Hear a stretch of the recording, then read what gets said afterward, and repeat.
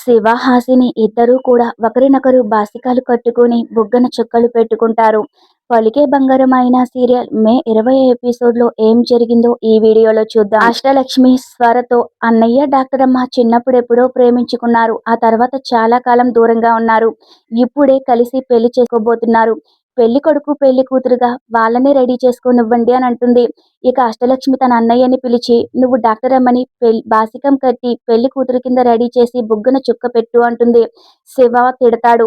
అందరూ వద్దని చెప్తూ ఉంటారు. అయితే స్వరాగ్ని మాత్రం, ఎందుకు మీరందరూ వద్దంటున్నారు, అదొక జ్ఞాపకంలా ఉంటుంది, అలాగే చేయనివ్వండి అంటుంది.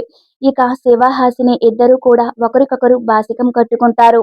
ఆ తర్వాత బుగ్గన చుక్క పెట్టుకుంటారు. ఇక శివ హాసినికి గాజులు వేస్తాడు. ఇకప్పుడే ఇంకా జానకి రాలేదేంటని స్వర అడిగితే, ఏదో పని కోసం వెళ్ళింది. ఒక పని కోసం వెళ్తే 10 పనులు చేసుకుంటుందిగా, అంత తొందరగా వచ్చే రకం కాదుగా అని సత్యమ్మ స్వరతో అంటుంది. ఇక ఆ తర్వాత శివ, హాసినిలిద్దరిని పీటల మీద కూర్చోపెడతారు. పూజారి గారు వాళ్ళిద్దరి చేత పూజ చేయిస్తూ ఉంటే, ఇదంతా కలలాగా ఉంది కదా అని శివ హాసినితో అంటాడు. మనం ఎప్పుడో చిన్నప్పుడు విడిపోయి ఇప్పుడు కలిసాం. నువ్వు డాక్టర్ అయ్యావు, నేనేమో రంగులోడినయ్యాను. ఇదిగో మన అమ్మ కూడా కలిసింది. మధ్యలో సన్నీ ఏమో డీసీపీ అయ్యాడు.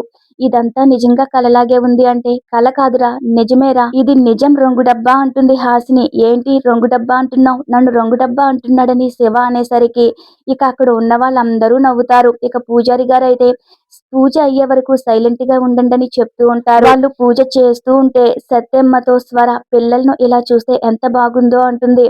అవును మేడం, చాలా సంతోషంగా ఉందని సత్యమ్మ అంటుంది. అందరి జీవితాలు అల్లకల్లోలాలైపోయాయి, ఇప్పుడు దారిలో పడుతున్నాయని. ఇంతకీ జానకి ఎక్కడికెళ్ళిందని స్వర అడుగుతుంది. ఇప్పుడే వస్తానని చెప్పి వెళ్ళింది, బయటికి వెళ్ళింది, ఇంకా రాలేదని సత్యమ్మ స్వరతో చెప్తూ ఉంటుంది. మరోవైపు హాసిని కూడా, జనవరి కనిపించట్లేదేంటి అని శివని అడుగుతూ ఉంటే, ఎక్కడికో వెళ్తానంది, నేనే పంపించానని శివ అంటాడు. ఎందుకు పంపించావు, తను వెళ్తానంటే సరే అంటావా, ఒక్కదాన్ని ఎలా పంపించావు అంటుంది హాసిని.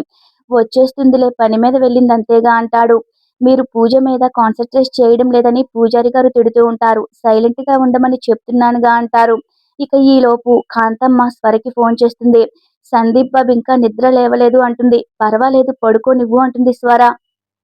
ఇంతసేపు నిద్రపోవడమేంటి, నాకు భయంగా ఉంది, బాబుగారిని నిద్ర లేపనా అని కాంతమ్మ అంటే, అంత పని చేయొద్దు అంటుంది స్వర. తనకు తాను నిద్ర లేచే వరకు పడుకునే ఉండనివ్వు, డిస్టర్బ్ చేయొద్దు అంటుంది స్వర. మరోవైపు శివ హాసినితో, నేను టీ తాగొచ్చా అని అడుగుతాడు. నువ్విప్పుడు ఏమీ తీసుకోకూడదని హాసిని అంటుంది. ఇకప్పుడే పూజారి గారు, కాసేపైతే జీలకర్ర బెల్లం ఒకరి తల మీద ఒకరు పెట్టుకోవాలి, ఆ తర్వాత మాంగళ్య ధారణ జరుగుతుంది, అప్పటి వరకు మీరు మాట్లాడుకోవద్దు, ఆ తర్వాత ఎంతసేపైనా మాట్లాడుకోవచ్చు, సైలెంట్ గా ఉండండి అంటారు.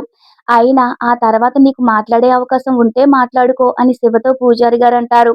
నాకేమీ అర్థం కావడం లేదు, ఇలా అంటున్నాడేంటి అని శివ హాసినితో అంటే, నాకు అర్థమైంది, పెళ్ళయ్యాక అన్నీ మాట్లాడేది నేనేగా, నీకు మాట్లాడే అవకాశం ఎక్కడుంటుంది డాషు అని హాసిని అంటుంది. ఇక ఆ మాటకి అందరూ నవ్వుతారు. ఇద్దరు ఎదురెదురుగా కూర్చుంటారు. ఇంత స్పీడ్ గా ఈ రోజు ఎపిసోడ్ పూర్తయిపోతుంది. రేపటి ఎపిసోడ్ లో అయినా పెళ్ళవుతుందా? రేపటి ఎపిసోడ్ లో మళ్ళీ కలుద్దాం. Thanks for watching our video. మన ఛానల్ ని సబ్స్క్రైబ్ చేసుకోవడం మర్చిపోతున్నారు. సబ్స్క్రైబ్ చేసుకుని సపోర్ట్ చేయండి.